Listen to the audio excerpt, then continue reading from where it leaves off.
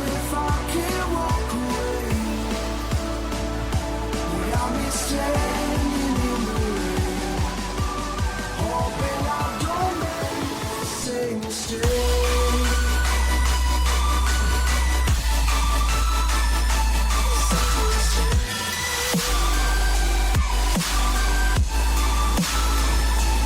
Same mistake.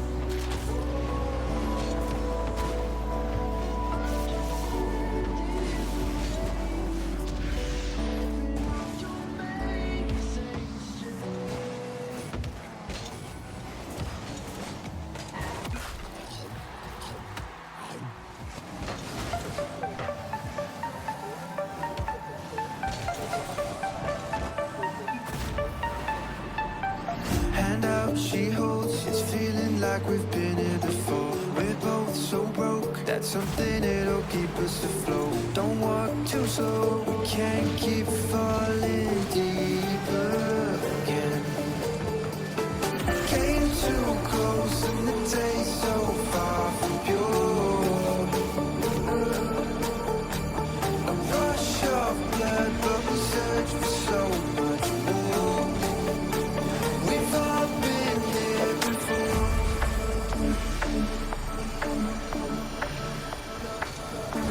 We've all been here before.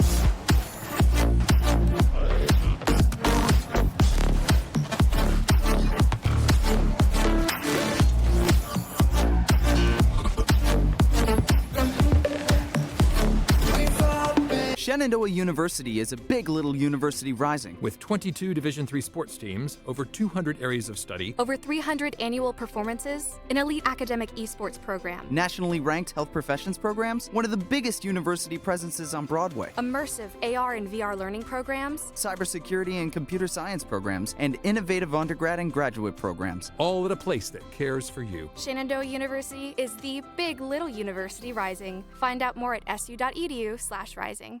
We have the Esports Arena right here on campus in Winchester, Virginia, and this facility acts as the hub for all esports activity at Shenandoah University. Students are able to use this space not just for competition and practices, but also as a living learning community and a sandbox for them to come and explore and practice and try out things related to and through esports in the gaming industry, so that they're getting that hands-on learning and the skills necessary to help them find a career by the time they graduate. We also have the professional level broadcast production booth, where we do all of our broadcasting and production, from casting of our games that we play right here on campus to working with outside entities to record footage for them as well. In addition to the space that we have here in the Esports Arena is the Esports War Room. Our students get to use that space for studying, but also outside projects. So our students get to use this space for professional development and the academic side of our esports program, which is such a critical component to go with that competitive element that we have. So we combine all of our facilities at Shenandoah University with competition, community, and career preparation. We have over 250 days of programming, and there's something for everybody, and we want you to be part of it.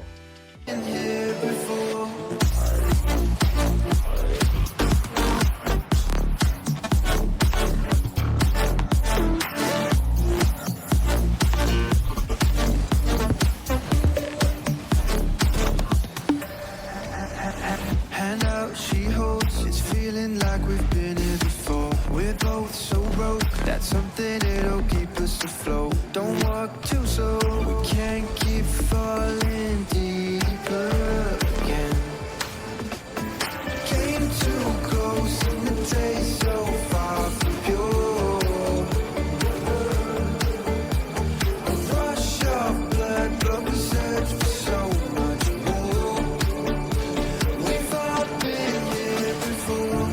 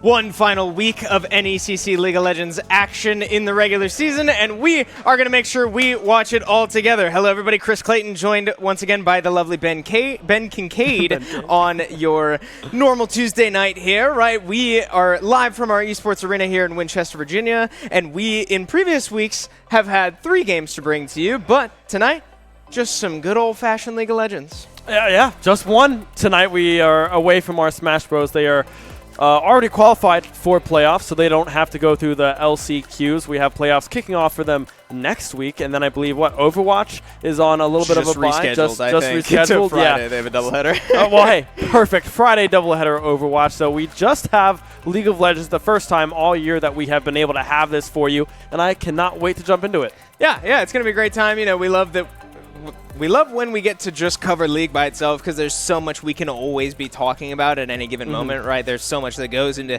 any given League of Legends game that can be acknowledged and needs to be acknowledged at times, so we're going to make sure that you don't miss a single bit of it. But with that said, we said this is week number 7 of NECC competition in League of Legends. Shenandoah will be taking on FGCU, Florida Gulf Coast University, and as we take a look at the standings in these schools' respective groups, unfortunately, on opposite sides of the bracket here so far.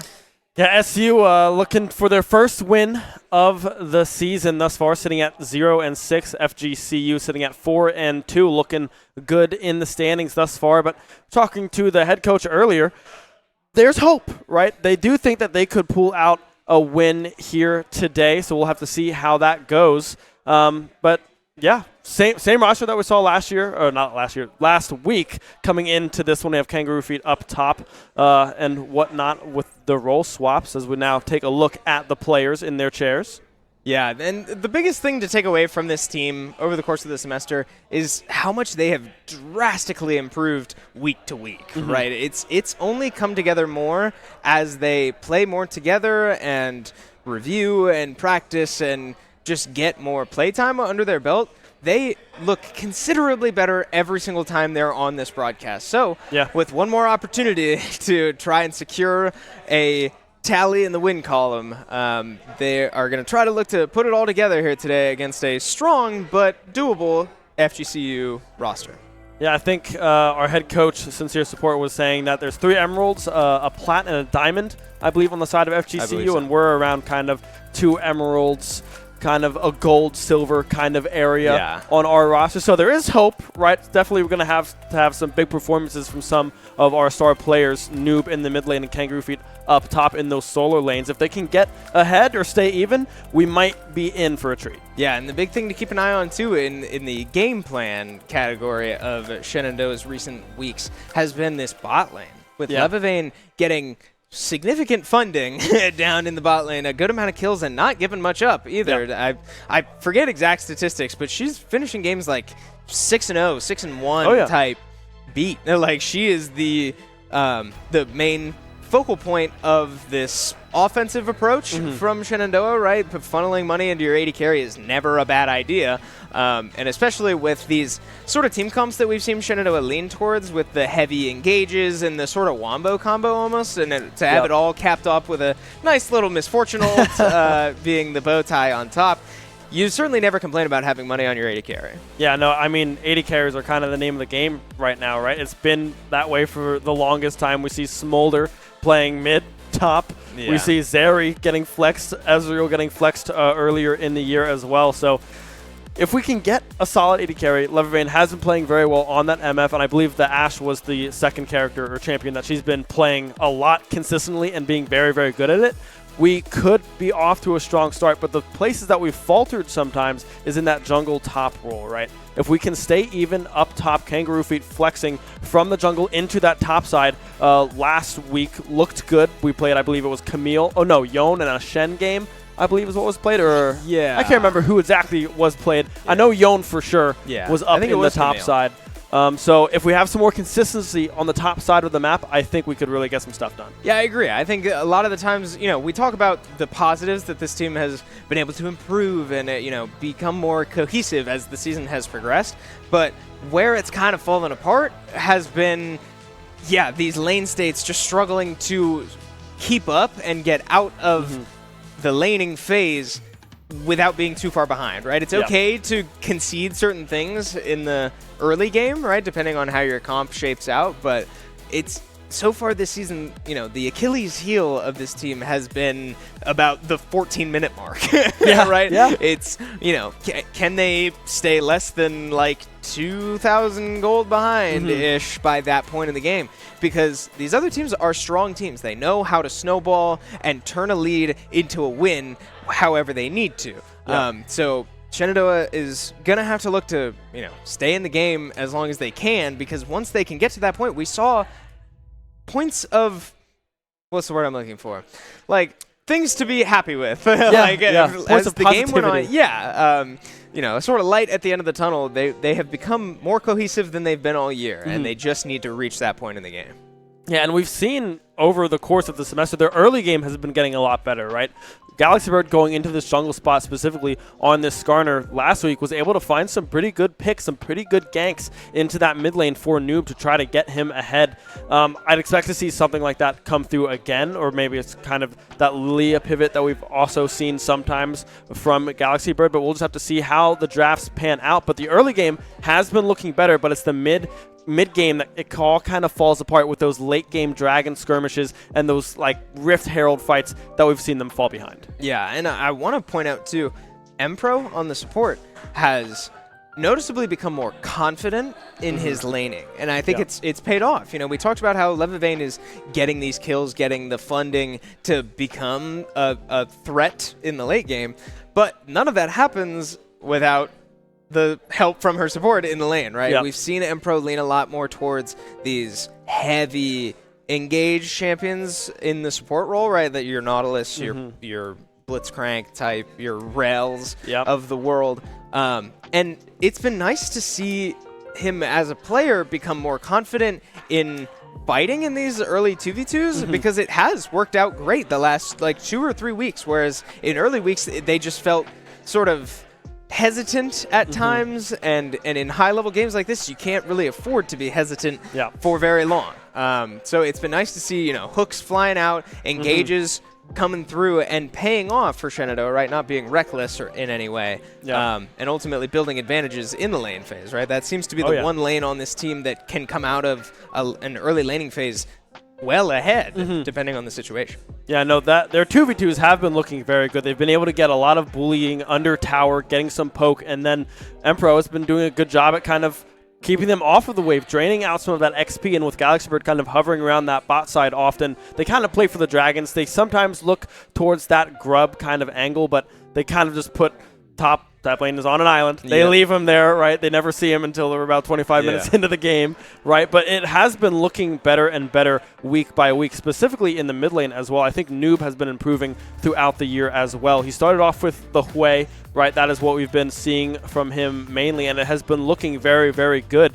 Doing a lot of damage late, but sometimes in those really early, like level 2, level 3 skirmishes, he does lose out on some of those trades early, has to take that early reset and loses out on a little bit of gold and XP, and sometimes that sets him behind. So if he doesn't take those early fights or just wins out on them or just goes even, rather, we might be looking a lot better in that mid state. I agree, yeah, and I think it's something to keep an eye on too is his champ pool. Over the course of the season, he's been pretty flexible. Like, you mentioned it. We've seen the Hui, we've seen Aurora, we saw Corki last week. Those inherently are 3 pretty different champions. So playstyle-wise, he's shown that he can do a lot. And in order for him to come out on top, like we talked about in the bot lane, you're right. It's going to come down to these trades, these individual mechanics, but as well, with team levels like this, right? We talked ranks earlier. This is probably about plat to emerald average lobby over the course of all 10 of these players, excuse me. Something that separates great teams from mediocre teams at this level is vision control, right? And that's going to play a massive role in this mid lane as well. As we see, the draft has started on the bottom of your screen. We are into game number 1, Champ Select. But yeah, so I'm curious to see how these teams will be able to control vision, get information on their opponents, and ultimately snowball that into something successful. Yeah, for sure. We see SU is going to be on that blue side. Those are not picks. We're banning those champions. Instead, it's going to be the Akshot and Kindred off the board already on the side of SU. We're going to see the Hui ban come through from FGCU as well. Kind of expected to try to pinch that mid-champ pool. That is, frankly, in my opinion, our strongest position that we have right now on the roster. Noob has been very consistent alongside that top lane as well, but everyone has started to kind of step up in this team dynamic that we've built here at SU. Yeah, and something that Sincere Support, our coach here, told us about the other team is that they are specialists, is the word I will use in terms of their champ pools. So these bans here, Akshan, Kindred, Xin I think are very understandable to really try to pinch these already relatively tight champ pools and try to make FGCU really dig deep in their bag of tricks to find something most likely in the jungle, to see where they will opt to sort of apply that pressure and take control of the game if they're able to. First pick, B number 1 for Shenandoah is Corki. We saw that last week. I believe it was also a first pick last week. So no real surprise there, trying to get that mid laner we've talked so much about on a hyper carry champion. Yeah, and he's looked good on it throughout last week. And then Scrim is playing that one as well. Has been looking very, very good. The Lulu ban does surprise me a little bit on Empero's side because he hasn't really been playing that Lulu, right? That's usually a Galaxy Bird specialty, but we have Galaxy Bird in this jungle instead. So maybe they're just trying to cover if there is a potential swap to come through with these players. We know that Empero does like to play jungle as well, a very confident jungle player. It's going to be the brand coming through on the side of FGC. We'll see what that R2 pick is, but I think that's a good pickup. A lot of good AoE damage, and the late game scaling that Brand has is monstrous. Yeah, and Brand as a champ can go a couple different places, and so can Poppy. We see the next pick in for FGCU. I expect this Brand to probably be in the jungle. I would say that's considered more standard nowadays, but could be support. Same for Poppy, frankly. Poppy could go support, could be jungle, could be top lane, right? We'll keep an eye out for it. But more prio picks coming out for Shenandoah as their response. Ashe and Seraphine. An interesting combo there, as we haven't really seen Empero on champs. Like we were just talking about this Lulu ban. Yeah. That's a pretty big playstyle change. I like it. I mean, Seraphine is a pretty strong champion, as is, and paired with an Ashe as well. The slows, the roots that you have, the poke potential early on in this lane is absolutely disgusting, right? Especially into, if this Poppy is support, that's a melee support into 2 ranges, right? You're not going to be able to find too many engages with that Poppy unless you have jungler help to kind of assist and pinch from the sides on those ganks. So I like the Seraphine Ashe bot lane. I think it's going to be a well-controlled lane for SU. Yeah, and that's a massive interaction, too, that's worth pointing out, right? When Seraphine throws her E, it slows, but if the target is already slowed, they get rooted. Yep. And with every single one of Ashe's auto attacks, the enemy gets slowed. So, and a very strong combo there in the bot lane, and you said it right, very controlling as well, giving this Shenandoah bot lane the confidence to really step up and maybe take control of a lane by bullying out their opponent. And we see the response for FGCU will be an Aurelia. So, again, flexible options there, right? It's hard to say whether that will go mid or top. I would think that that's probably mid lane against the Corki to try to just, absorb that pressure and still be an aggressive, like low-key hyper carry champion. Right. But we will have to see, as so far this FGCU draft is very flexible. We're going to see FGCU as well pinching the jungler pool as well. Lilia and Udyr out of the way. A Volibear hover or pick, I think that might have just been locked in straight up. It's going to be Volibear. So I don't know where anyone is going anymore, because that's got to be, maybe that's a Volibear top? That could be a top lane Volibear, Brand into that jungle, Poppy support, Irelia mid. That's the only guess I have, as now we lock in Skarner and our B4 on SU's side. This is hilarious. Frankly, this FGCU draft, literally all 4 of those champions can go in more than one role. Yeah. So, FGCU keeping their cards close to their chest, but Skarner, once again, another sort of comfort pick out of Shenandoah, a pick that we saw success on last week and that we've seen success in scrims and just playtime in general. Galaxy Bird really settling into this Skarner and playing well on it. Oh. See, now you've lost me. We see the final picks come out. It'll be a Malphite top lane for Shenandoah. That will go in the hands of Kangaroo Feet, and a Sylas is the R5 answer for FGCU. So let's talk about this. We're presumably about to get the order here in just a moment, so we'll know for sure. I'm going to think that this is a Brand AD carry now. Yeah. With a Poppy support. Irelia top, Sylas mid. Or Sylas mid, Volibear jungle. Irelia top, yeah. Is that what you said? I don't even. Yeah. Oh, my bad. You're fine. I don't, because Sylas could also jungle. It's not good, though. He doesn't have great jungle clear. He's very, very slow. That's why I expect to see this Volibear in the jungle, because, I mean, that's kind of what he's built for. There's no AoE other than the passive that Sylas gets on casting abilities, and it doesn't do a whole lot of damage to jungle creeps, right? So I would definitely expect the Sylas to go to a solo lane. We see a Malphite on the side of SU as well. I'm not opposed, but there's only one AD pretty much on the side of FGCU. So I guess 2 with the Poppy. Volley is kind of a mixture of attack damage and magic. Yeah.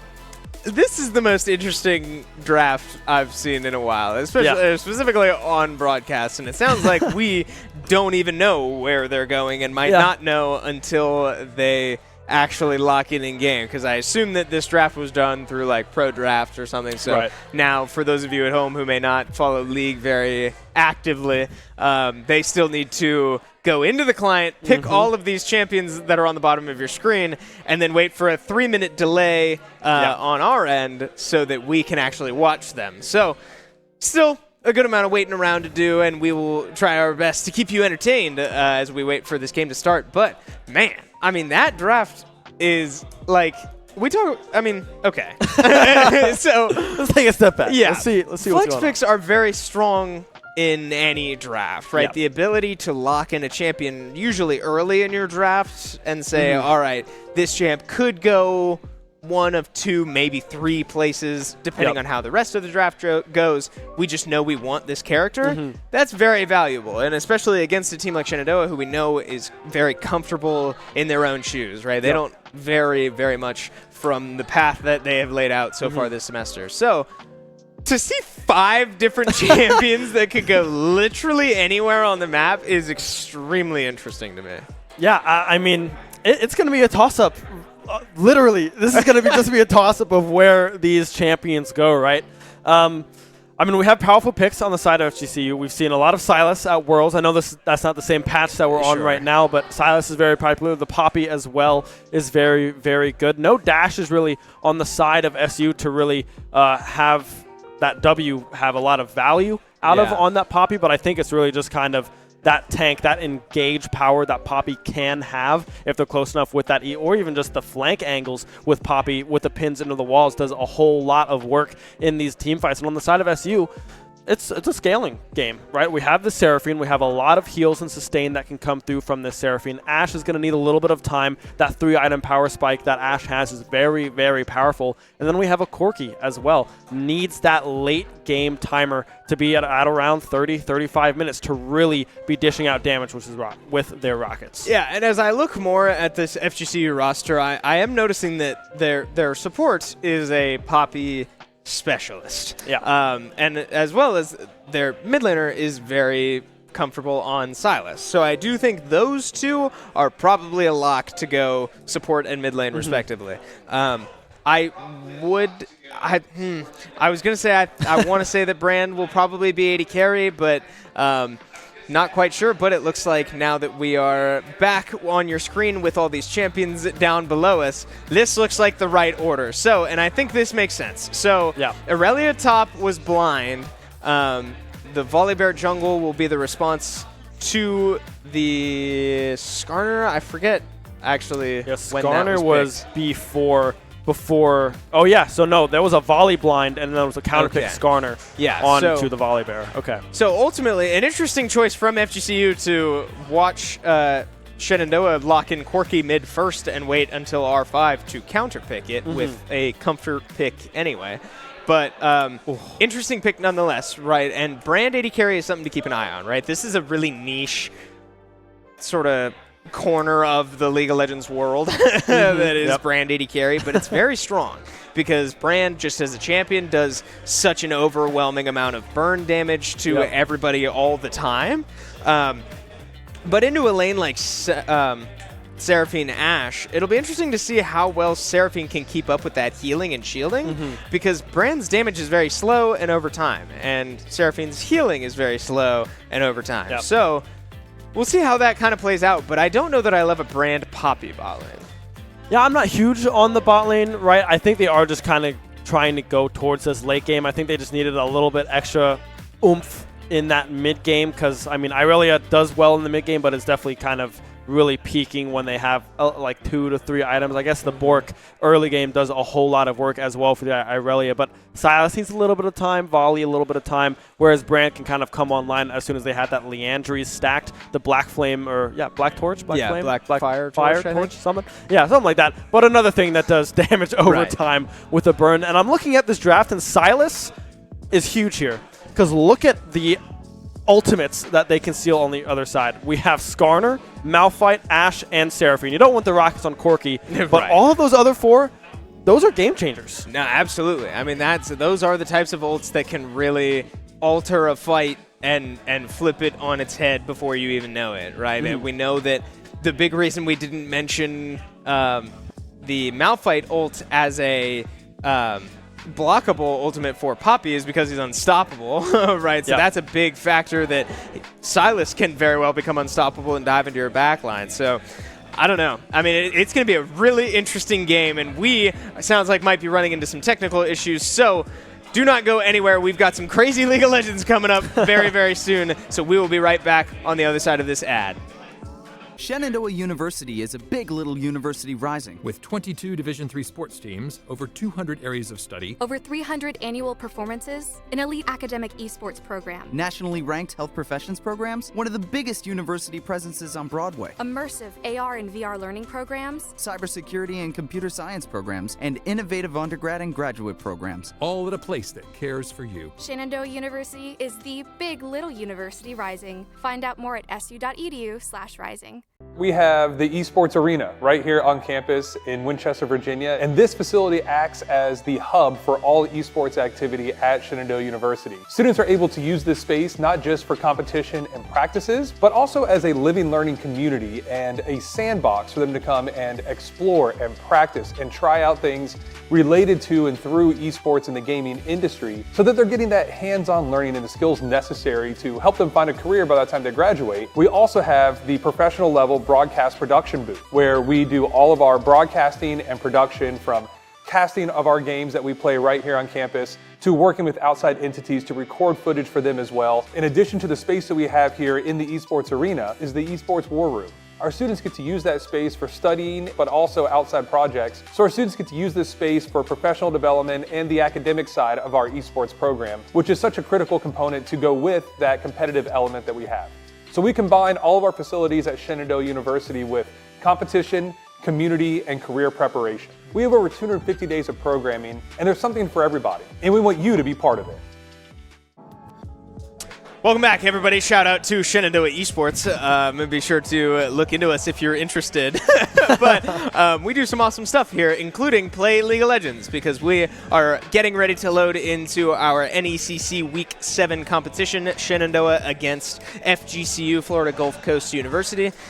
We just saw a pretty crazy draft, Ben. Yeah. We saw the flexiest flex draft that I think I have ever laid my eyes on. As we take another look at it down here at the bottom of your screen, we did receive word that the players were getting ready to load into their games, or their game, and the lobby just kind of crashed. So we'll be getting into it soon, right? They're still working it out. It looks like they are moving here. So we will take you in as soon as we're ready. But like we said, bottom of your screen, one of the craziest drafts I've ever seen. Yeah, it's going to be a very interesting game. As we were walking back to the desk here, right, I was saying that this bot lane for SU can outrange and outpoke this FGCU bot lane quite a lot in the early game, right? If they can stay away from the stuns of Brand, I mean, I don't see how they don't win the lane, right? If they can just put pressure down, poke Brand out specifically, you don't really have to worry about the Poppy in the early game or in the late game for that matter, right? She doesn't do a whole lot of damage. She really is just kind of a tank stun bot when you get to that later stage. So I would definitely expect to see this Ashe Seraphine jump and get ahead pretty early. Yeah, it's going to come down to dodging poke, right? The random Brand geysers and stuff that will come out in lane, because those chunk, but they're avoidable, right? And, you know, avoiding your wave when they're on fire, avoiding that E spread that can just tick up damage as the lane goes on. So, but I agree with you. I think that Shenandoah's bot lane, especially with how they've been performing recently, I don't expect to struggle in this matchup, but it'll be interesting to see, right? We haven't really seen, I don't think we've seen these two specific champions together so far this season. So we'll see how they're able to pull that off. Mid lane, Silas is so interesting to me, man, because like he can max whatever he needs to max, right, depending on the matchup. I don't really know how Silas does into anybody. Okay, Silas is a very interesting character, right? Because like you said, they can just play a lot of these different angles. You can play hyper aggressive, which I think I'd kind of expect to see a little bit early on here into this Corki matchup, because Silas, when they hit level 3, does a whole lot of damage and has pretty good sustain, right? That W does a whole lot of healing. That's usually what we see a lot of people maxing first, is that W, so you can have that massive heal back. And it's a point and click too, so it's very nice, very easy to land, right? But I don't know. It's kind of a stalemate here. I think this lane's going to go pretty even. I don't think anyone's going to get a drastic advantage in the early game, but I think in the late game is where we really see these two picks start to kind of come into their own. Yeah, and it might come down to jungle help as well, right? These are two champions that have pretty strong gank threats, right? Skarner can come in from a lane wherever he needs to, and Volibear has that movement speed with the stun, right, that can lock down so many of these Shenandoah characters, right? That we said this roster's not super mobile. So, again, I mean, vision control is really what that ultimately comes down to. We talked a little bit about that before the draft started. Can these teams lock down an area, secure their own safety, whether it's in lane or around neutral objectives? It's going to be a big thing to keep an eye out for. Yeah, no, for sure. I think it's tracking where this Poppy is going to be, because I don't expect Poppy to just be sitting in front, because we have Irelia, we have a Volibear, we have a Silas. There's no way that Poppy, there's no reason really that Poppy needs to be sitting in that front line. I'd expect that Poppy to be around back, trying to find these flank engages onto the Seraphine, onto the Ashe. So if they can track where Poppy is, have some pink wards down, have some stealth wards down, right? Sweep it all out beforehand, and then just track it, make sure we know where Poppy is, and then if we see them on that flank AO, engage on that 5v4 situation.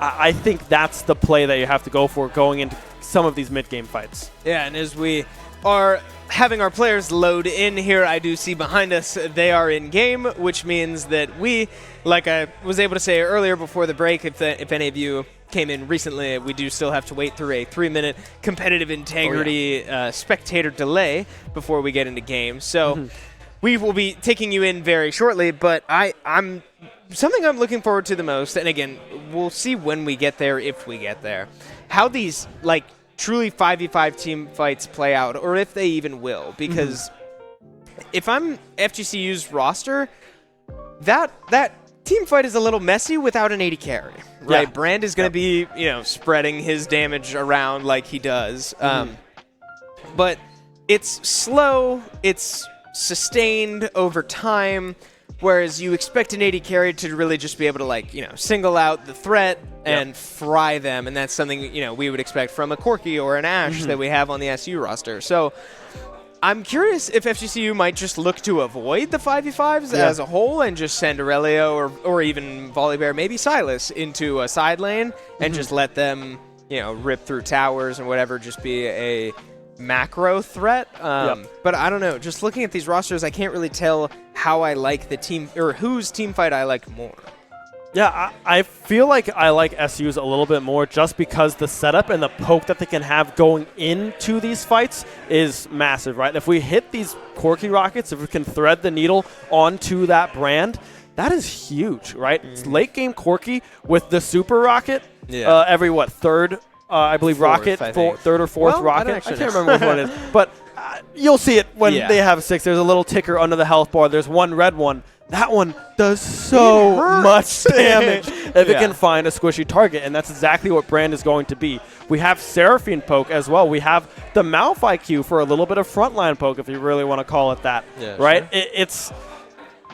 It's a lot of damage that can be done before a fight even kicks off. Yeah, and as we are loading into game here, all the speculation will have to stay to the side because now, enough words, it's time to get some action on our screen. We load in, we see very passive 5-point starts from both squads. Shenandoah standing on their red buff, as it looks like they will start there. Mpro looking to get a little bit of lane control down bot lane, but ultimately safe starts from both squads as we see both junglers looking to start their red buffs. Yeah, pretty standard stuff, making sure nothing gets invaded. A little bit of poke downtown. That's 20 gold in the back pocket of that Seraphine. That's what we love to see, but Brand as well, getting some poke back onto Levivane as well, as now we enter the slow early game that is game 1. Yeah, I mean, something to keep an eye out, right? We'll keep an eye on these junglers as they look to path to the opposite sides of the map. Again, as we see on your screen, keeping an eye on this bot lane to see who will come out on top in this very slow, pokey lane. Early trade going in favor of Noob there is a great sign as Corki takes the advantage, but we know that Silas can really struggle in these early levels to assert himself much more than a Q every so often. But another thing to keep an eye on are these Aurelia Qs, but we look back to the bot lane as Poppy finds a charge at level 2 early for FGCU will mean that an engage onto Levivane and an ignite can't quite take her down, but a great trade there for the FGCU bot lane is not where SU would like to be right now. Yeah, and that's just lane positioning, right? Levivane was able to get pinned into that upper wall there of that bot lane.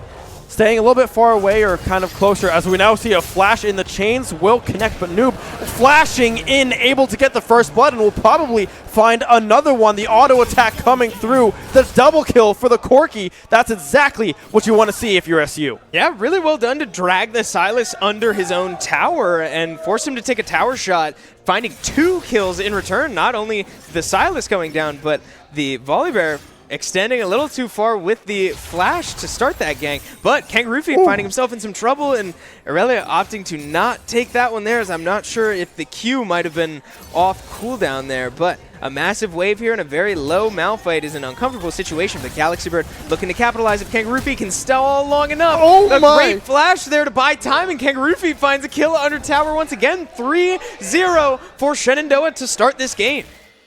Yeah, I mean, that was just a misplay coming through from the Aurelia up in that top lane. It's flash for flash, but unable to get that Q dash on to the Malphite. Able to stay alive. 3 kills early over to SU. A 1K gold lead for the Hornets as now we take a little bit of a reset. Some recalls coming through. We have the Serrated Dirk as now Loot, the TP back, will be able to find the return kill. Kangaroo Feet staying just a little bit too long. Yeah, Kangaroo Feet did not get a reset off there, so he will still have his teleport. Not a terrible death, but ultimately would love to see that one back. But back to the mid lane, right? Those 2 kills resulting in a Serrated Dirk already for this Corki. That's going to be a problem if you're this Silas player. Those autos are really going to start to hurt, and especially with the Corki changes, now every auto attack dealing a % of true damage, that's really going to start to rack up. Yeah, and we're back to AD carry Corki as well. No transition over to this magic that we've seen in the past. That's a little bit of an old change, but something that some people sometimes will forget because Corki was a magic demon for the longest time. Yeah. Once what was it, level 11? They switched over to pretty much all magic damage. A percentage of the AD was transitioned into magic. So, yeah, we will see how this lane goes, but thus far it has been looking very, very good for SU. Yeah, and an unfortunate start for the Shenandoah bot lane. I want to take a moment to emphasize that the wave state was pretty messed up from that level 1 interaction, level 2 interaction down in the bot lane, forcing Levivane to recall. They lost a lot of positioning, lost a lot of ground, and lost a lot of minions because of it. Brand backs and buys a Dark Seal, so that's a very aggressive option from the bot lane, as we'll see if they're able to get any kills, as that is the one lane that has not participated in a kill yet. So an aggressive option, but almost getting a kill is certainly not a bad option. Now we do see Loot looking for an engage there on a Kangaroo Feet. Not enough damage to force too much, as Malphite was able to get 2 cloth armors after that play, but a flash engage from the Poppy in the bot lane. A great route there from Empro to get out with their life, but man, this Poppy is looking to make plays down here. That had to be single-digit health bars, health on Emperor, right? Barely, just barely surviving that dive from the Poppy and Brand there. So great stuff, being able to stay alive, but this is not what we expected to see from this bot lane. Yeah, so far this map has kind of been relatively flipped from what we expect, right? The mid lane and top lane ultimately coming out on top before Malphite goes down to the response, but Shenandoah's bot lane struggling to keep up right now. 30 CS down, and this Poppy with Hail of Blades as the keystone and Hex Flash still up is a serious threat to this bot lane presence. Yeah, I mean, Hail of Blades is something that we've been seeing on this Poppy as of late.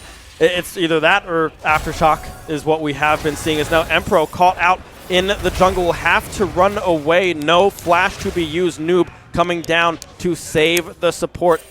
I mean, aggressive play, invade coming through from FGCU, but it pays off.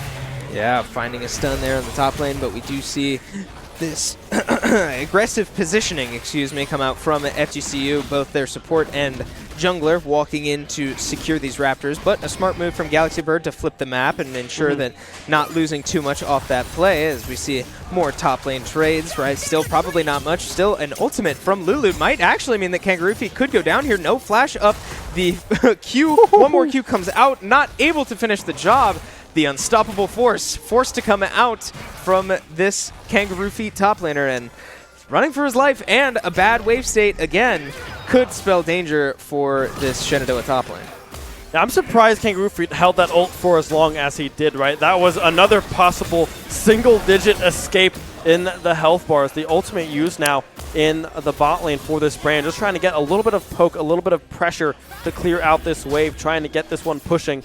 But yeah, I mean, right now, still good on the side of SU 3-1 in kills, but now we can see the gold lead closed. It's pretty much dead even. Empro getting hit by the stun, but will be able to walk away with his life.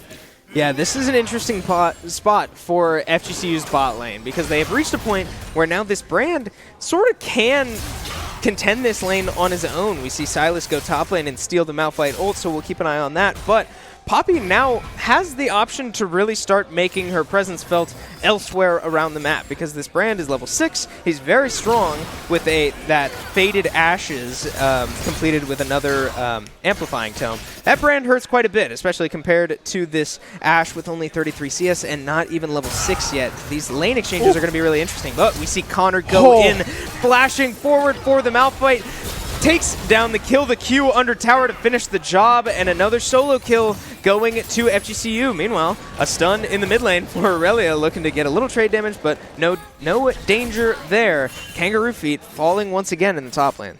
We're trying to get that level 6s. Now we see a gank in the bot lane. Galaxy Bird stunned up, ticking away is the health bars. They're down an entire level. We do not have level 6 on this bot lane. A huge ult from the Poppy, but an even better one coming through from Galaxy Bird, but they won't be able to find the kill. Still too tanky for the tower to be able to take them down. Now Galaxy Bird is just going to be caught out, or not. Whoa. A flash away, the shield as well, trying to run for the hills. The ult coming through as well. The TP to cover, but now it is the Poppy and the Brand able to clean that one up. The TP question mark was canceled, maybe? The TP I'm not entirely sure, but still kills across the board for FGCU. Oh, the TP got canceled in the mid lane by the Aurelia. Noob wasn't able to make it to that play. That could have been huge for him. So many low health bars going to that. Corki could have been a massive payday, but a canceled TP leading to his death, no less, is disastrous for Shenandoah. Now falling down 3-6 overall, and that gold advantage that they had built in the first couple minutes of this game has faded into a 3,000 gold deficit. Yeah, 3K gold behind. I mean, as you're looking at this team, this brand 2-0-1. Leandry's completed a 5-stack Dark Seal as well. 2-1 on this Irelia up in this top lane as well. About 30 CS ahead. And now Levivane biting off a little bit more than she can chew there. Goes down yet again. 3-0. A bounty now onto this brand. Yeah, here comes that brand damage. That is a complete Leandry's and 7 stacks on the Dark Seal. You cannot be alone in that lane anymore. But Noob could be in some trouble here as 3 people come from the mid lane. Silas ultimately starting the fight. We do see Empro there to protect from any further threat as Poppy made her way into the lane, unable to secure anything. But Volibear opting to move top lane as they noticed that the Shenandoah jungler was on Grubs. They find the Irelia ult onto 2, and Loot finds another kill. Shenandoah's jungler goes down, and that will be Grubs secured for FGCU. Yeah, great ult coming through from Loot. They're able to slow and lock down the 2 members of SU. Galaxy Bird will fall, Kangaroo Feet able to walk away, but Empro landing the root. Noob able to find the kill, and now it's just a Poppy. You don't do a whole lot of damage. We'll get the flash out of that ultimate. Both of them were whiffs, mind you, so I don't... we'll take it, I guess. Ult for flash, we will definitely take it. But, yeah, I was just going to mention, Empro just hit 6. And we are 11, 12 minutes into the game, falling a little bit behind in XP in the spot lane. Yeah, and now we see the payoff of Poppy roaming around the map. Brand is level 9. You said it. Empro just hit 6. That is a 3-level deficit, a 2-level deficit in the 80 carry position. Certainly something to keep an eye on. And if you're Poppy, you're not too upset about that flash too. You do still have Hex Flash, right. But you're right. It did not look like that ultimate was going to hit. But rather safe than sorry as we see fights across the map break out. Poppy finds a stun in the Dragon Pit, and the Ash Arrow goes wide. Galaxy Bird taking a lot of damage from this Dragon, and the Brand burst damage secures the Dragon before going down to the Poppy ult, and now it is carnage for FGCU left to just clean up the health bars, and they will do just that. Poppy finding 2 kills in that fight, and Brand finding 1 more to add to his Dark Seal collection. Yeah, the Keeper's Verdict was able to secure that kill, as now we see another fight in the mid lane, a flash for flash trade. Noob able to get out of harm's way for the time being. The change will not be long enough to connect. Noob able to get away just barely, but as now we look across the team, look at the state of the game that we are in, we find ourselves at a 4.5K gold deficit. All of that gold that we have practically is sitting on this Corki, right? 3-1 needs to come up huge in the late game. Yeah, now Loot really starting to run away with it as well. 3-1 with a completed fork into this Malphite. That's really going to start to hurt, and we see it in that little exchange there. If that Irelia E landed, that might just be a dead Malphite. So the completed plated steel caps as well as the chain vest, not enough to deal with this Irelia just yet. But Malphite, like we said in drafts, is kind of just an old bot, right? As this game goes on, he will pretty much become unkillable the longer the game goes on. But you're there to find a massive knock-up in later team fights, and we'll see if he is still able to do that. But ultimately, 25 CS down, not where you'd like to be. As we look at the objectives that will be coming up here shortly, Rift Herald about to spawn in just under 10 seconds. That'll be the prize for whoever decides to go for it. It already looks like FGCU is postured around that Rift Herald. We'll start it up already, and frankly, there's nothing that SU can do about it. We see Galaxy Bird already in this bot side. The engage now into bot. The ult whiffing again from Emperor. The TP behind, however, might be able to change some things up. Going on to the Corki, a double TP, mind you, from SU coming through. And now the follow-up. We're going to ult back onto the Poppy. Levivane melting down this Brand, but not before he finds yet another kill onto the Corki. And now Silas, the stolen ult with the ult onto the backside. The Ash is blown to smithereens as now Galaxy Bird ulting. The Impale finds 2, and now the chains connect under the tower as well. The Silas will be able to walk away. A good effort coming through from SU, but in the end, it's just going to be a 2 for 3. Yeah, and they might not be done here. Loot looking for the stun under tower, and a lot of damage from both of these players. Loot tanking tower might go down to one more shot, and she does. The shutdown goes to Malphite, but ultimately still a positive play for FGCU. Shenandoah commits 5 to that play. 2 TPs coming out to try to get those shutdowns. They get both of the shutdowns from the respective bot laners, and I saw one went to Ashe. I could not tell where the other one went, but money in Shenandoah's pocket is not a bad thing, but a 5-man commit means that they lose their mid lane tower and ultimately all 5 members die. That is an FGCU positive play.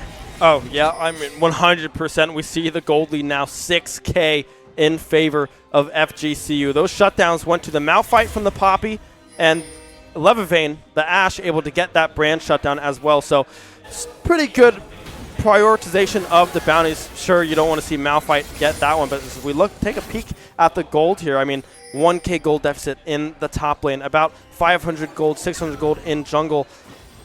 Mid lane, pretty even. We are ahead 400 gold there, but the big deficit is this bot side, 3K gold deficit for the AD carries and 2K when you look at the supports. Yeah, and we've seen the result of that too. We saw that the start of that fight was Brand quite literally walking up to both SU bot laners by himself and basically finding a solo kill onto Empro by standing there. Yeah.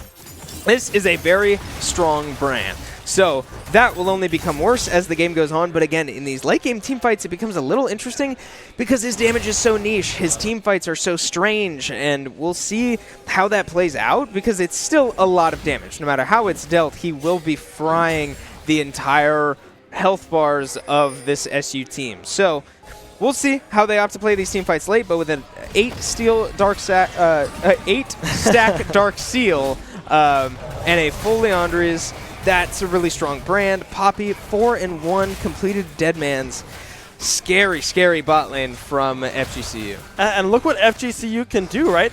They're just sitting in the bot side jungle, the red side jungle of SU, and they can't really do anything about it. They don't have to be scared. There's nothing to be scared of if you were on the side of FGCU, as now Levivane push off of the tier 2 mid lane tower. I mean, SU, they can't even see 5 feet into their jungle.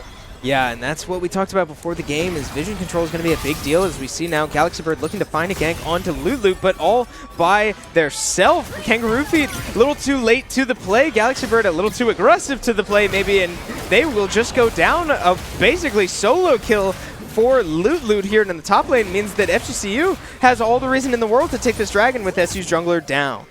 That's going to be the Mountain Drake in the back pockets of FGCU. 2 Drakes to 1. Not soul point, nothing to worry about just yet on the side of SU in that regard. That win con still 1 dragon away from being a serious threat.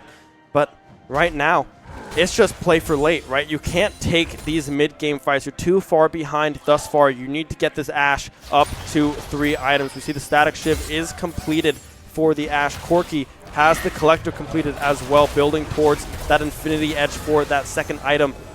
There are spikes still to be had for SU. It's just a matter of if they can get to them. Yeah, and Noob was making so much money in the early game, but that excessive gold gain has kind of been halted. Only 3-2 now after, I believe, being 3-0 at one point in this game.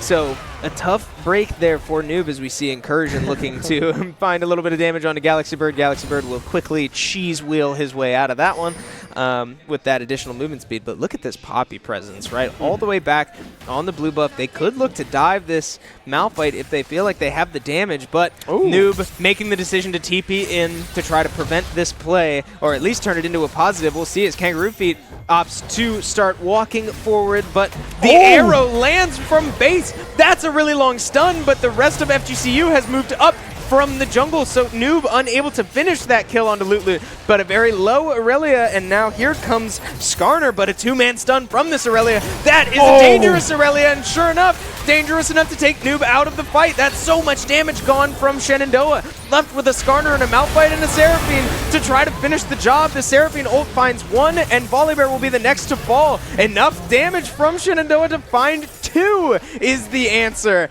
wow, Shenandoah turning what looked like a tough start to that play ultimately into a positive note. Yeah, I mean, Noob going down early, trying to flash into that bush to get into that vision, but the Q was already cast from Lulu. The Irelia able to secure that kill, but then it was an Impale and an Encore coming through from Empro and Galaxy Bird that were able to flip that fight in SU's favor, but still losing out across the map here. I mean, the bot lane is gone. The bot inhib turret is almost dead. This Silas wreaking havoc in the side lanes right now. Yeah, and I hate to say it, if you're SU and you're going to commit to that play, if you're going to send your Corki top to try to protect against that dive, you kind of have to come out with all of those kills, because look at what Silas just did to that bot lane. That tier 2 down, 700 gold into his pocket. That is a massive trade in favor of FGCU, right? We saw 2 kills ultimately go Shenandoah's way, but not enough to really offset the impact around the rest of the map. They're going Lichbane here as well for the Silas. A lot of one-shot potential. The burst damage coming through from the Silas is going to be massive, as now Noob possibly caught out again. The stun will connect, but the chains won't come out. Look how much damage Noob does. That is a whole lot. The chains will now connect. That'll be one dead pilot as Corki will fall, and now we pivot towards the bot lane. Loot going in on Kangaroo Feet will be able to just walk away, but we see Empro and Levivane walking their way down. The slows coming through. Maybe this is the pick they were looking for. The stuns, the ultimates as well. Please give it to Levivane. They do. Ash able to pick up their second kill of the game as Galaxy Bird. That's a whole lot of sustain. The flash away now. The Impale from the Silas will connect. The W still back up and available, getting pushed aside, but now the reverse Impale coming out onto the Poppy. The flash away from Galaxy Bird will be able to now drive their little car as the bot lane tower will fall in favor of SU.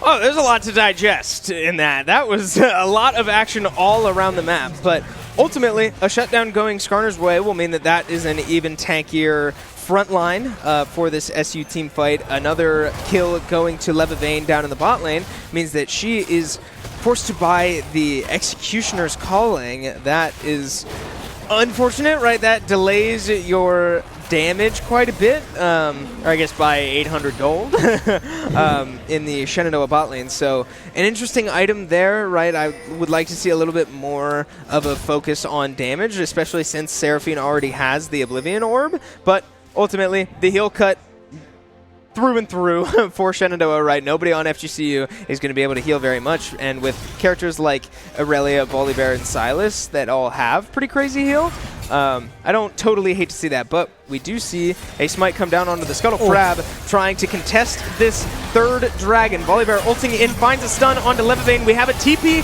in the back line. Kangaroo Feet is behind the whole team, but Levivane is the first to go down. Kangaroo Feet finds one with the ultimate. Loot gets knocked up, but another Malphite ult gets one shot onto Noob. Corki is out of the fight. The damage is gone. Shenandoah forced to retreat. Galaxy Bird and Empro running for their lives. Empro with no ultimate to land here, as now that will be a 4-for-1 trade.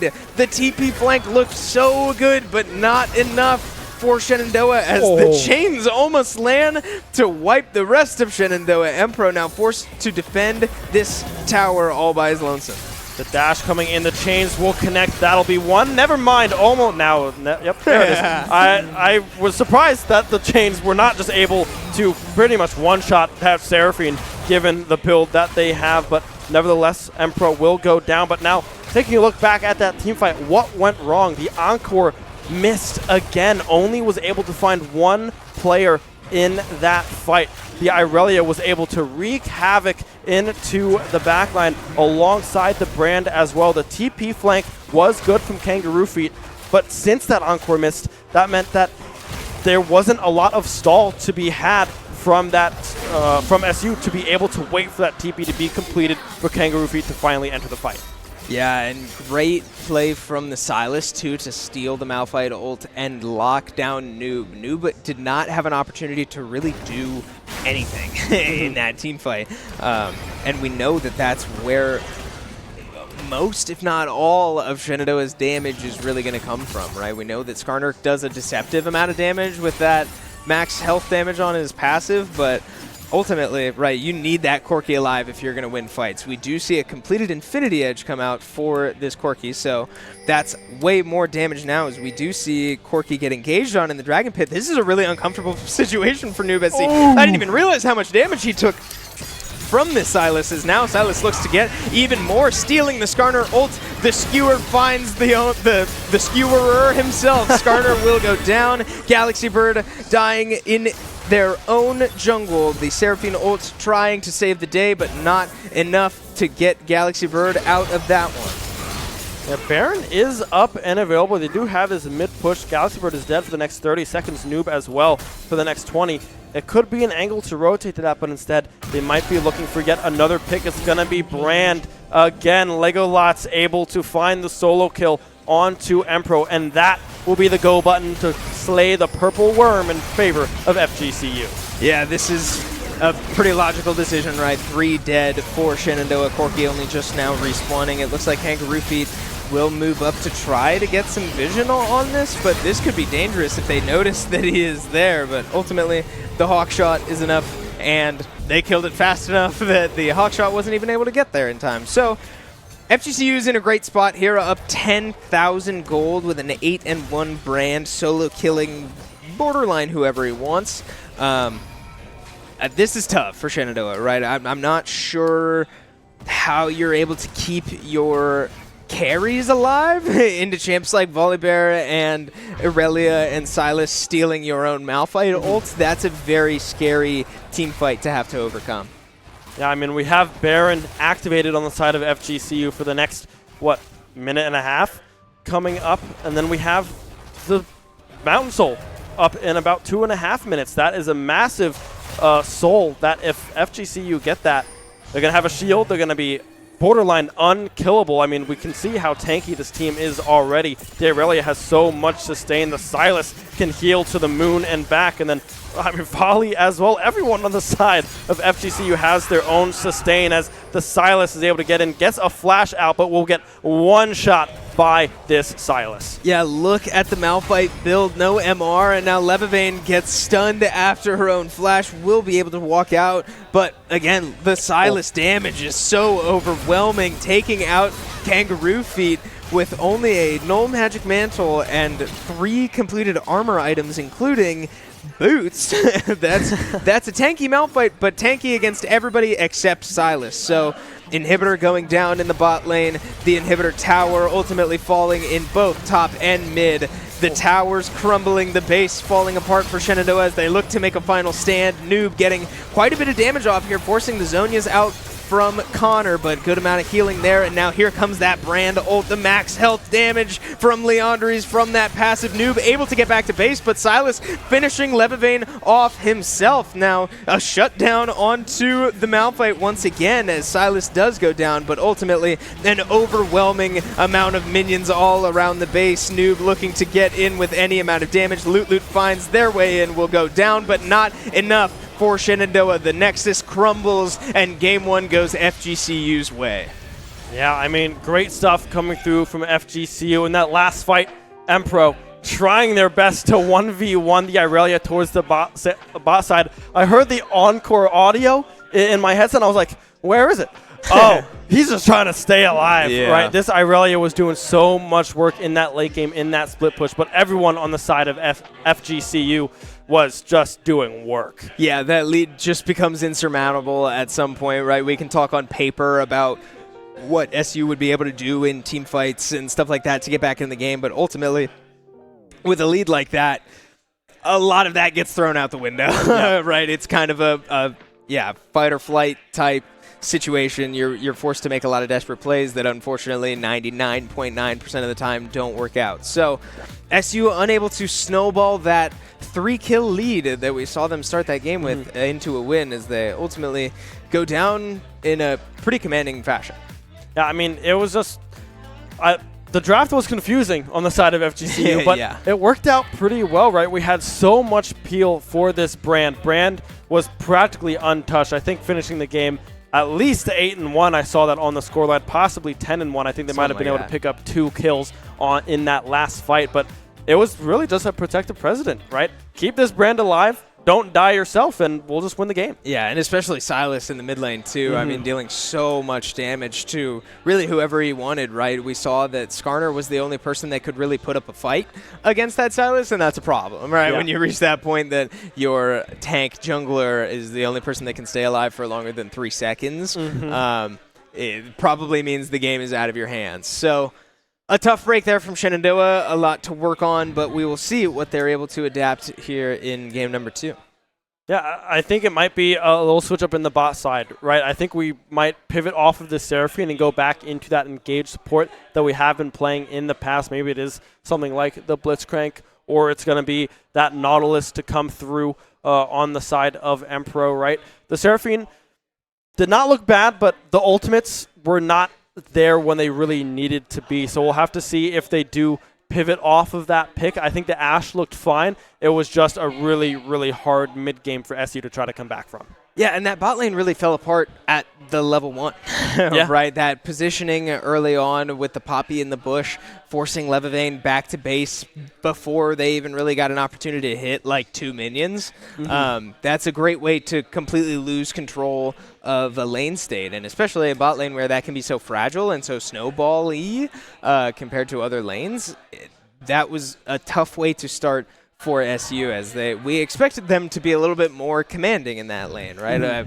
To be effectively roles reversed, moving up, finding the aggressive ranged damage that FGCU was lacking. But one little interaction there at level 1 can really flip all of that on its head. Yeah, I mean, the early laning game phase, you might not think that it means a whole lot, because like, oh, we're only, what, a minute and a half, 2 minutes in, a little trade early on isn't going to do a whole lot. But we saw later on, Levivane found themselves level 7 to a level 9 brand in that lane.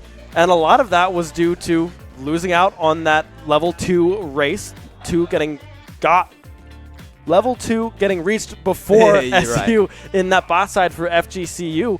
And that just spelled disaster, right? They weren't able to bounce back from that one. And then we saw that jungle presence coming through as well. The Volibear sitting around that bot side, making sure that this bot lane could not get back into the game. Yeah, and they certainly did not. They were struggling to really get any of that shutdown gold back too. You know, you would love to see a lot of the CC that Shenandoah had used on those backline carries, but again, at some point the lead kind of does become insurmountable, right? It's easy for us to sit here and explain what can happen on paper, but ultimately, when the characters are too strong that what works on paper is not working in action, it's probably time to look beyond that. So, yeah, I mean, I think we should be getting into game 2 draft here fairly soon. But, yeah, I mean, we need to see quite a bit of adjustments from SU League of Legends as they look to find their first win before what could be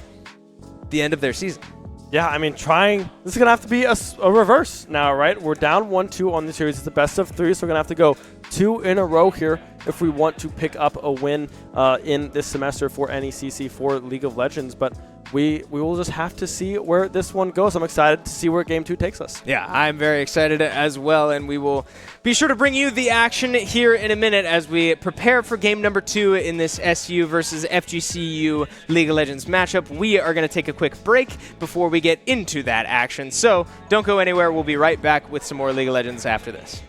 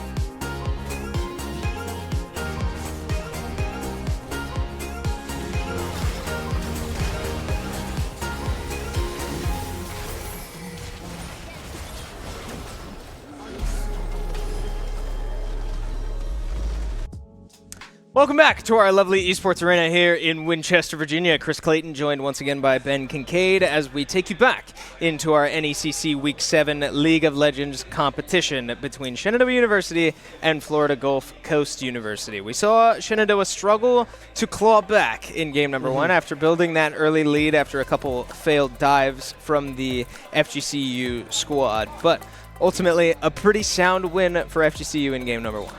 Yeah, I mean, FGCU had a wild draft, granted, but it worked really, really well, right? They did a lot of damage in the mid-game. The Irelia, the Silas, the Brand coming online heavily in that series as now we hop into pick and ban. SU now opting for the red side, trying to get this counter pick. I wonder what they might be cooking. I don't know. Yeah, so this is interesting to see, right? The last couple times we've had SU on broadcast, they've been on blue side, and it's because they have so much emphasis on the Corky / Smolder that we've been seeing in their last couple games. We are getting picks in as we speak, and it looks like the first pick for FGCU will be a Jinx bot lane, so we will have a traditional AD carry back in this bot lane.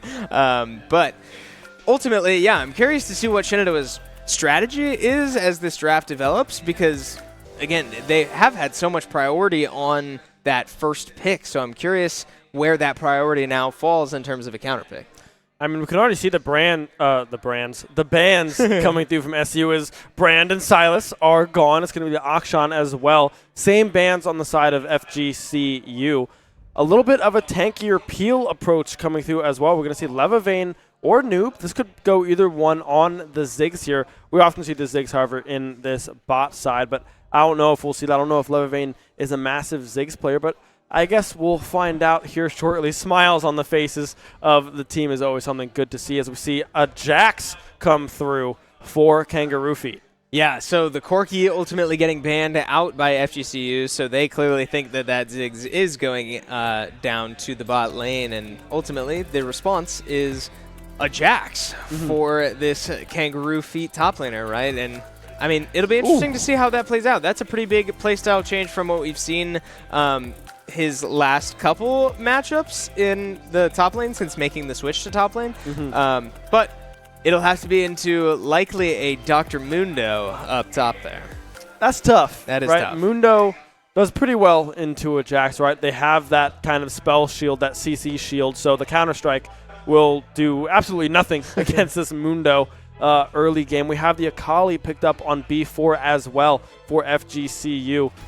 Another pretty high mechanical champion coming through for this mid laner, right? We saw that Silas, now we see the Akali, and now it's going to be the Vex counter for Noob, trying to play off of that E-dash, the perfect execution as well that Akali has. Yeah, smart pick there as the counter pick will go to the mid laner of Shenandoah. I do think that makes sense, right? That has been our lane that we have found the most success in.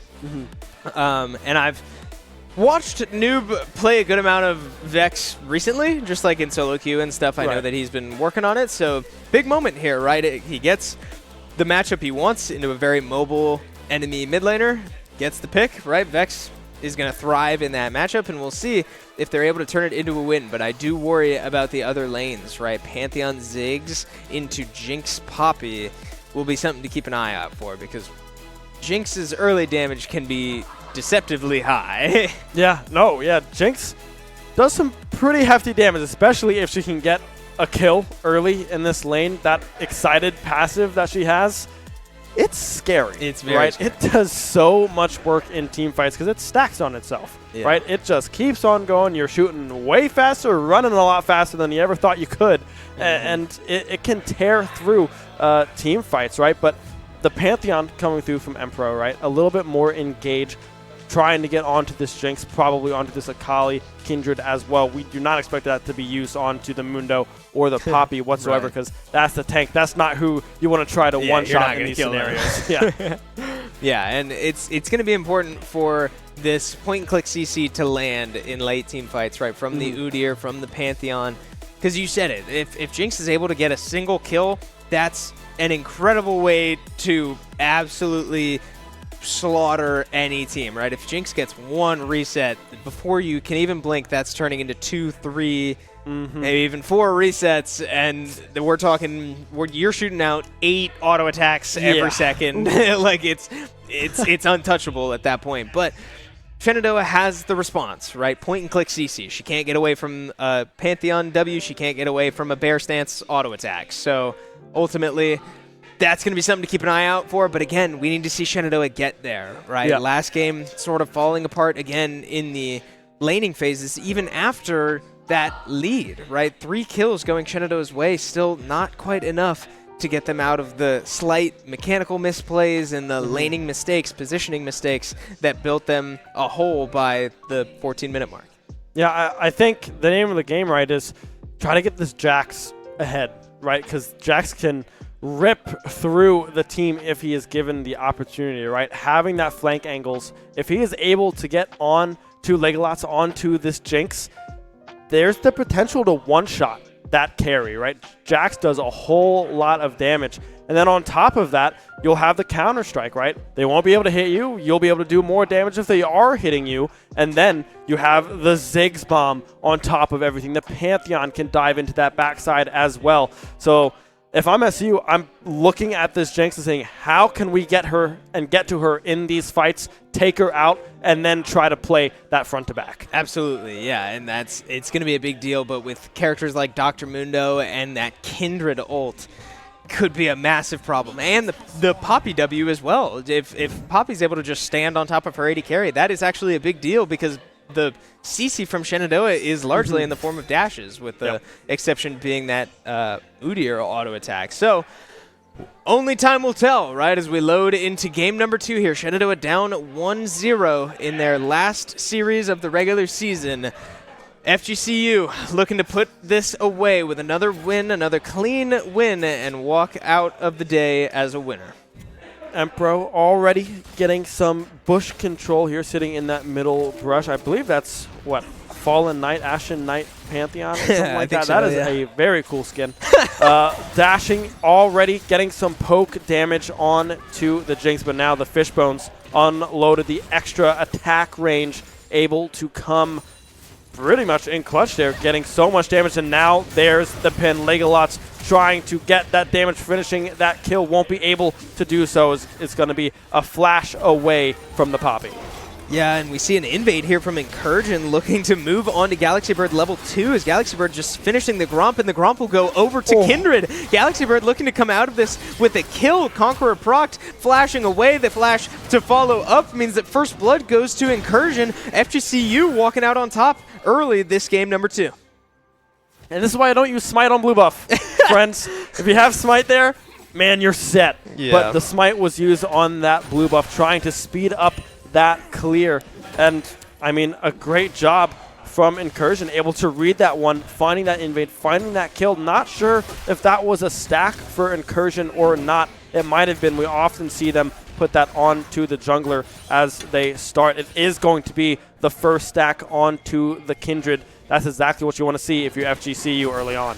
Yeah, smart play there, as now we will await the coin flip that is the first scuttle mark and see if Kindred now moving towards Galaxy Bird's red buff. It looks like they will clash once again here as Galaxy Bird, unknowing to what is happening in their own jungle now, as Connor moving up with him. This is an aggressive move here from the FGCU top side of the map. They do spot Galaxy Bird and still has Smite, gets the Smite off, but Galaxy Bird taking so much damage and will go down in the blink of an eye. Noob now coming up to try and help out, but in danger himself, down to 100 HP. Empro is here to try to help out, might be able to get a stun here. The 3 autos come out, the fear from Vex, so much damage. The flash forward to finish the job, and he does. Noob finds the kill, but so many low health bars. The flash forward from this Akali, getting the auto attack to finish Empro off, but the red buff onto Vex, slowing down the Akali, unable to escape. 2 kills in Noob's hands, and that is the counter pick value that we were looking for. I mean, so much happened in that mid lane fight. A very scrappy fight. Flash is traded across the board. Noob and the Akali using their flashes, but in the end, Noob again finding themselves with a double kill. The Vex can come online now. The Lost Chapter is completed. And top side, we see a little bit of a stalemate, a level advantage in favor of Kangaroo Feet, but the health advantage still very convincingly in favor of Loot Loot. Yeah, now we do see the mark, I think, went to the top side scuttle. I'm not actually sure if Kindred got their second stack or not, but both scuttles down means that this Kindred looks to scale more and more as the game goes on, right? Relatively predictably, but with Dragon coming up here in just a second, we do see Udyr on the top side of the map. Meanwhile, Kindred back in base. Poppy getting aggressive with a flash there into the bush, looking to get some bush control, but a great, actually, satchel there from the Ziggs to launch the Jinx out of place. A great charge from Poppy, though, to get a lot of return damage, and the W goes just wide from the Jinx, unable to finish that kill, but here comes Connor.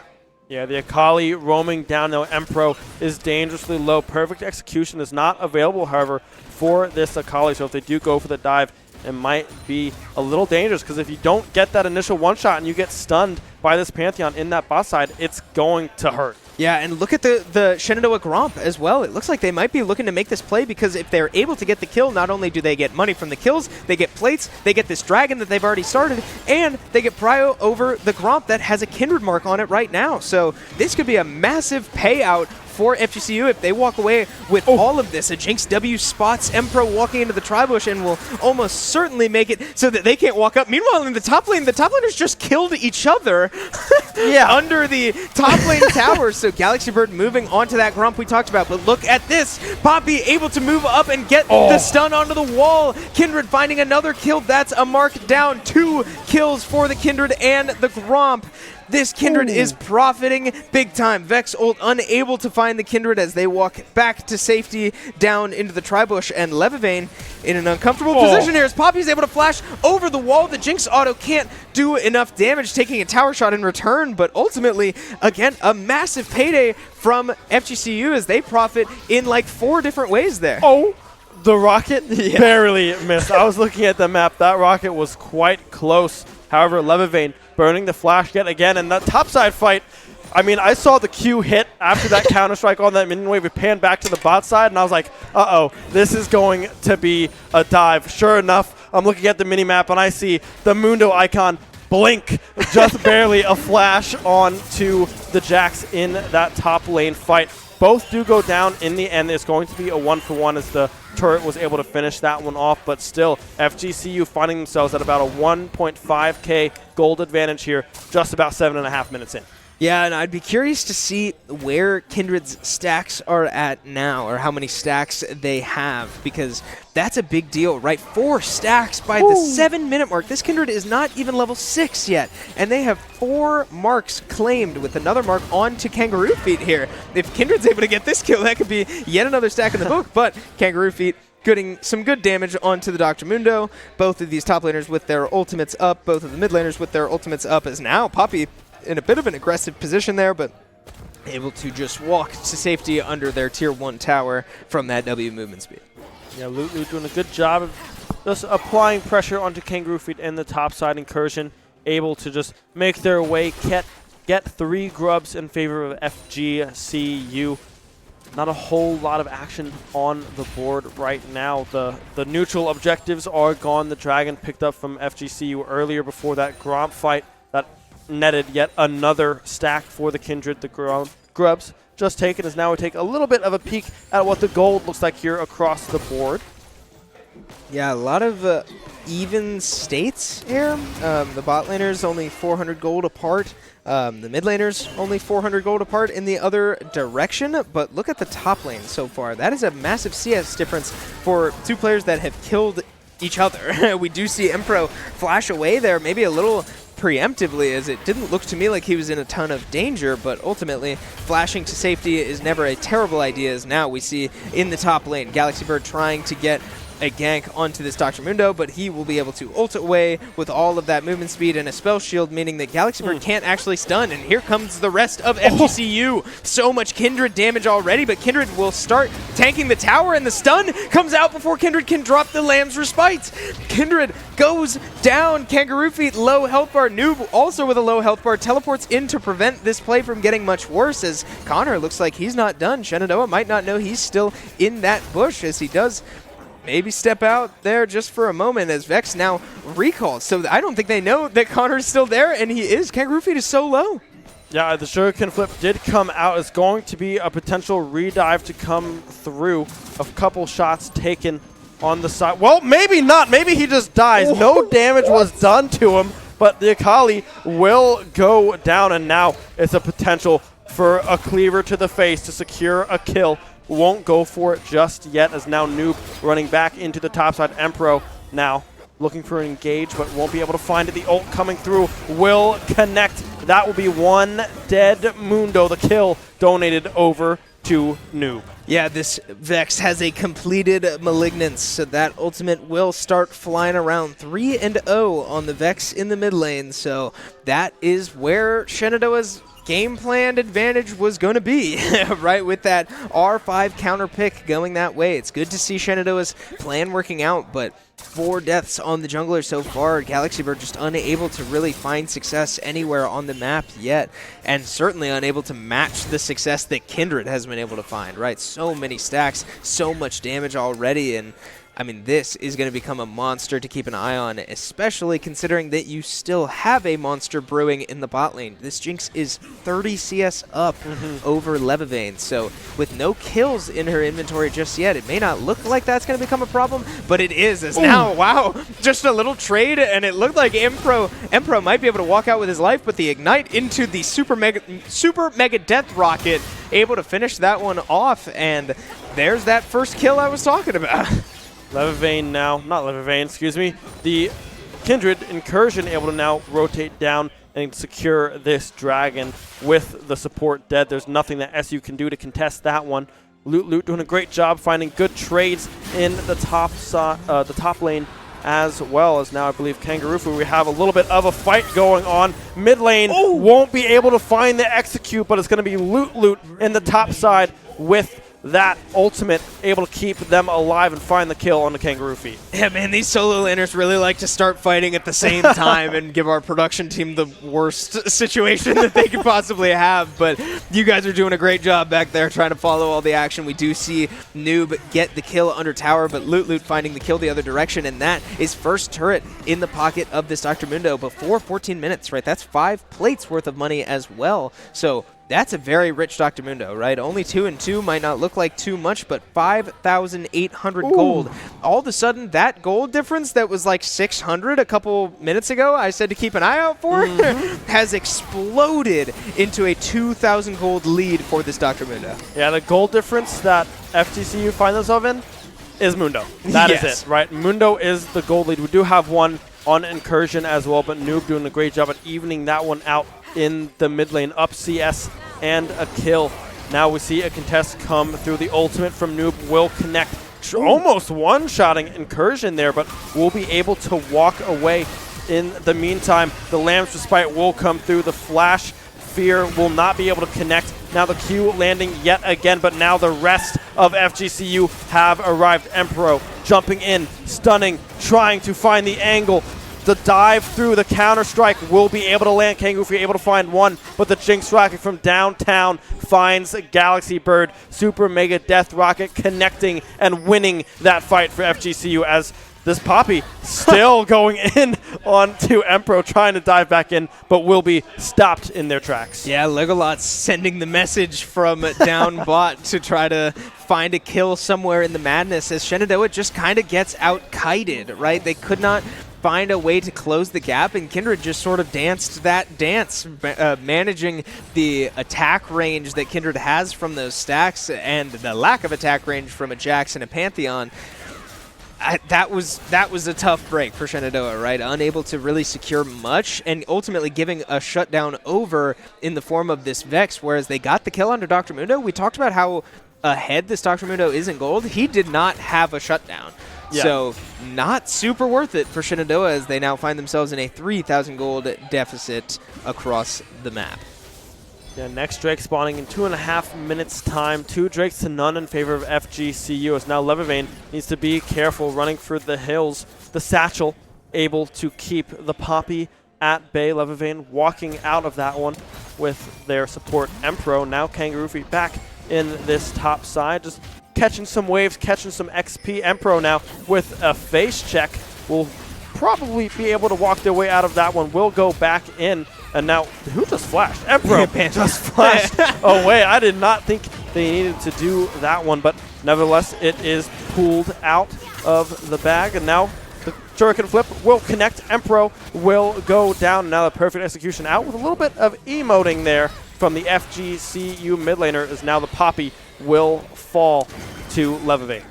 Yeah, now this Leandri's is completely online for the Udyr as back top lane. We take a look back at that gold deficit making itself known. Loot able to just walk up and press E and find a kill there on to Kangaroo Feed. He will drop to 2 and 3, but again, something to keep an eye on is this Leandri's finish. I'm not going to be able to talk about it. Another turret down for Dr. Mundo, 700 gold in his pocket, but the Pantheon ult in to try to stun him or at least get rid of that spell shield so that Udyr can come up and finish the job. That is a kill for Shenandoah, but again, a tier 2 tower worth so much gold and ultimately a net positive for FGCU as this Dr. Mundo still did not have a shutdown even with how ahead he is.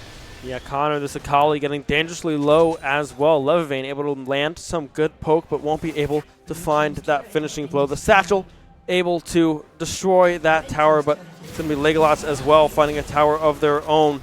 Noob able to walk away for the time being, challenging the Poppy in the brush, but won't be able to do too much with that one just yet. Legolas as well, getting some poke damage onto Galaxy Bird as well, as this Ocean Drake is about to spawn in about 15 seconds time. Yeah, and as I started to say a little bit last time, keep an eye on this Udyr damage now, because Udyr, I'm sure if any of you watching at home have played against an AP Udyr, you know how overwhelming that Phoenix stance with the Leandris can be. So certainly, you know, be aware of that as we start moving into these team fights, but the TP in from Loot will demand a response from Kangaroo Feet as he TPs in. All 5 members have appeared and shown for Shenandoah, but it doesn't look like they'll be able to contest this dragon, right? The dragon already down to 4,500 HP as now Poppy finds the stun onto Galaxy Bird. So much damage coming through. The Super Mega Death Rocket eaten up by the Pantheon shield, but Akali finds her way into the backline. A slow from Dr. Mundo means that he will secure the kill onto Levivane as well, and now it will be another kill FGCU's way. That excited Jinx making her presence felt as Dr. Mundo just could not go down. Shenandoah unable to navigate this tank and lose all 5 members trying to contest this dragon. Yeah, I think it's this SU. They're pulling the trigger a little bit too early. Galaxy Bird walking in, Levivane whiffing the ultimate as well. You need to wait for Kangaroo Feet and Empro to go in and find this stun, find this angle to see if you can one-shot one of their carries, right? But instead, Galaxy Bird gets pinned against the wall by this Poppy, gets eliminated right off the bat, not allowed to do a whole lot in that fight, and then it's just Connor on the Akali finding this the back line, the perfect execution coming through. Levivane going down, Noob as well. It's a full ace on the side of FGCU, and now look at this gold lead, 6K in favor of FGCU. Yeah, it's reaching that point that we talked about after last game. Sometimes gold advantages can just become insurmountable, right? They reach a point where the leading team can start to get a little reckless, and it doesn't matter a ton. So, I mean, we'll see. It's going to take a massive misstep from FGCU for Shenandoah to really claw their way back into this game, but so far, Galaxy Bird getting caught out of position once again means that Akali does not need to do much. Kindred finding yet another kill with 2 completed items is only going to be hurting more the longer this game goes on. Yeah, now Kangaroo Feet hit with the Shuriken flip. Waiting patiently is Connor. Now Kangaroo Feet. This Kindred does a whole lot of damage. I'd be interested to see how many stacks this Kindred has right now. If we can click on them observers, that would be absolutely stupendous. But In the meantime, we look towards the mid lane, trying to hold down, trying to get this wave under wraps. Livavane doing a great job at doing that thus far, able to clear that one out. The one thing that's nice about Ziggs is that the wave clear is pretty nice, right? You won't... Wow, that's a whole lot of damage from Nuke. One-shotting. Oh, landing the second ult as well, going in. The shuriken flip goes back. Perfect execution, not up and available for Connor, however. Able to walk out of that one is Noob, but Noob is now starting to come online. 5 and 2 on this Vex doing work. Yeah, and I really don't think Incursion saw that damage coming, right? The Lamb's Respite was up and just did not come out, and I did catch a glimpse right before Incursion went down that this Kindred has 8 stacks. So that is 2 whole thresholds worth of buffs, as now Poppy finds the charge onto the wall. Empro caught out of position by this Baron that's about to spawn. If Empro goes down, that might be enough for them to start the Baron, but meanwhile, on the other side of the map, Loot just not dying. Kangaroo Feed with a completed Trinity Force, but not enough damage to take this Mundo down as he finds himself under 1,000 HP, but finds the kill onto Galaxy Bird. Meanwhile, back toward the Baron, we are still fighting all across the map. The healing from this Dr. Mundo, too much. Incursion finds the kill onto Pantheon.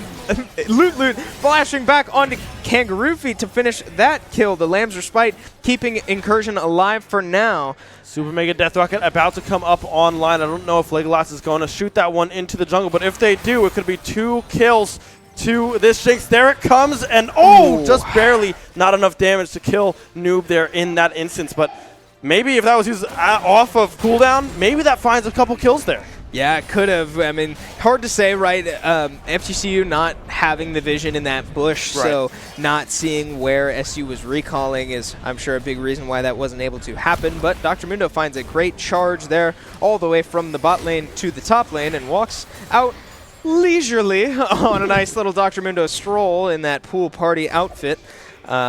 So... great value there, a lot more objective damage coming out from FGCU as this gold difference has reached the 10,000 mark. And Mundo's making me want to visit the beach or something, you know, catch some waves, boogie board a little bit. Yeah, right. Have a nice breather as now Noob goes in yet again. A one-shot onto Incursion. Nothing that they could do at all as now we see a TP behind Loot, able to get that one, and now the Poppy and the Akali chasing down this Vex, trying to escape the fear coming through. You can see how much damage they do, but Legolas is there to cut them off. Connor, in the end, finishing the job as Loot pushes down the top lane. Yeah, Noob bought as much time as he could, right? Finding his way all the way to their blue buff to try to drag the Poppy and the Akali off of this inhibitor, but Loot saying, I'm not falling for it, I'm going to make sure that you lose something for this, as he takes the inhibitor and starts his ult off. He's going to run straight at Empro and walk behind him so that he can't block the damage. Empro now down to 100 HP and will just go down. Levivane can't keep up with that damage. The Ludens completed for this Ziggs as now Galaxy Bird finds themselves way out of position between the support and AD carry for FGCU. They will surely go down as now an objective down, an inhibitor down in the bot lane, inhibitor down in the top lane, and now on your screen the third inhibitor will fall. The perfect game looking for FGCU as they look to take all of the objectives they can. Noob opting to take that ultimate onto the Dr. Mundo. Can't find the kill as now that's an excited Jinx. The perfect execution finds its way into the Shenandoah backline. Pantheon looking to ult under tower to find any damage he can, but FGCU walking out on top, looking to take one more reset before they make their final push to end this game. Yeah, pushes them off that final wave. Noob holding onto that ult for quite a while. Was surprised that they decided to follow that one up. They weren't able to find any kills off of it. 3 members died as a result, but maybe that was just enough to buy time to have other members recall, respawn, and come back to help the base defense. Now we see they see themselves at a 12k gold deficit. The Ocean Soul in the back pocket of FGCU, 5 grubs as well. This is going to be a tough game to come back from, and it's going to be the Baron call coming through from FGCU as well. SU can't do anything about it. Yeah, these minions are going to become borderline unkillable as they pile in from all 3 lanes.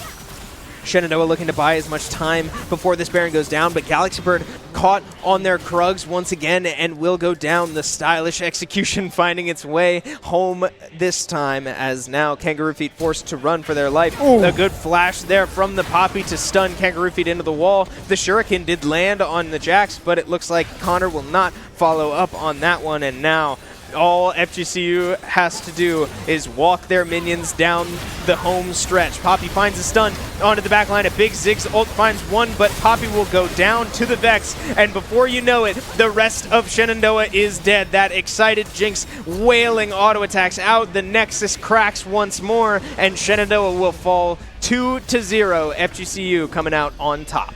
Yeah, I mean, FGCU doing a great job at snowballing that lead, waiting for that Jinx to come online, finding those kills, and playing the map beautifully, right? They found themselves with Soul. They found themselves with a Baron to end the game, and 5 grubs on top of that. The Rift Herald as well. A great control over those neutral objectives found them a very commanding win. Yeah, and ultimately just, again, Shenandoah unable to really tie it all together, right? Finding little advantages here and there. Noob getting so much money, so strong on that Vex, one-shotting the Kindred that was turning out to be a massive problem. Taking that Kindred out of the fight is a big deal, but still just not quite enough for Shenandoah to get over that hump and really find an advantage late in the game when they need it. Yeah, I mean, great stuff from both sides, right? SU, the improvement still there, still being shown. Noob, Kangaroo Feet as well on that Jax, looking better and better week by week. I believe that does wrap up the entire season. However, we do fall to 0-7. FGCU advancing up to 5-2 on the season as well. SU, a lot to work on, but still great improvement throughout the season. Yeah, and as Shenandoah now has to look toward next semester, presumably, as they are, like you said, done for this regular season, unfortunately winless, but plenty of improvement, right? I mean, you said it all. This team is nowhere near the same team that they started as, and it's been a lot of fun to watch here on the desk. But I do believe that will do it for us as well. So shout out to FGCU for a great competition there. Unfortunately, our Shenandoah League of Legends team will finish the season winless, but that's going to do it for us. So thank you so much for watching. Be sure to drop us a follow on whatever platform you may be watching on so that you never miss out on any future Shenandoah Esports action. Be a friend, tell a friend something nice might change their life, and we will see you next time. Shenandoah University is a big little university rising. With 22 Division III sports teams, over 200 areas of study, Over 300 annual performances, an elite academic esports program, Nationally ranked health professions programs, one of the biggest university presences on Broadway. immersive AR and VR learning programs, Cybersecurity and computer science programs, and innovative undergrad and graduate programs. all at a place that cares for you. Shenandoah University is the big little university rising. Find out more at su.edu/rising.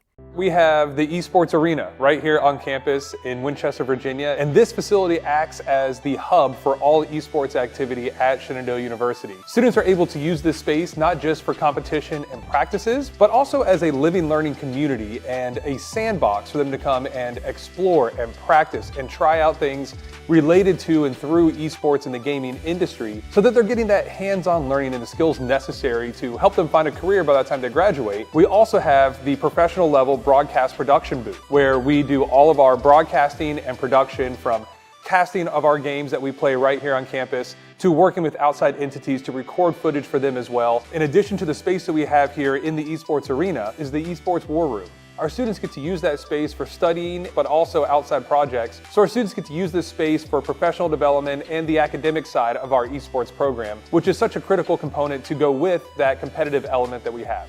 So we combine all of our facilities at Shenandoah University with competition, community, and career preparation. We have over 250 days of programming, and there's something for everybody, and we want you to be part of it.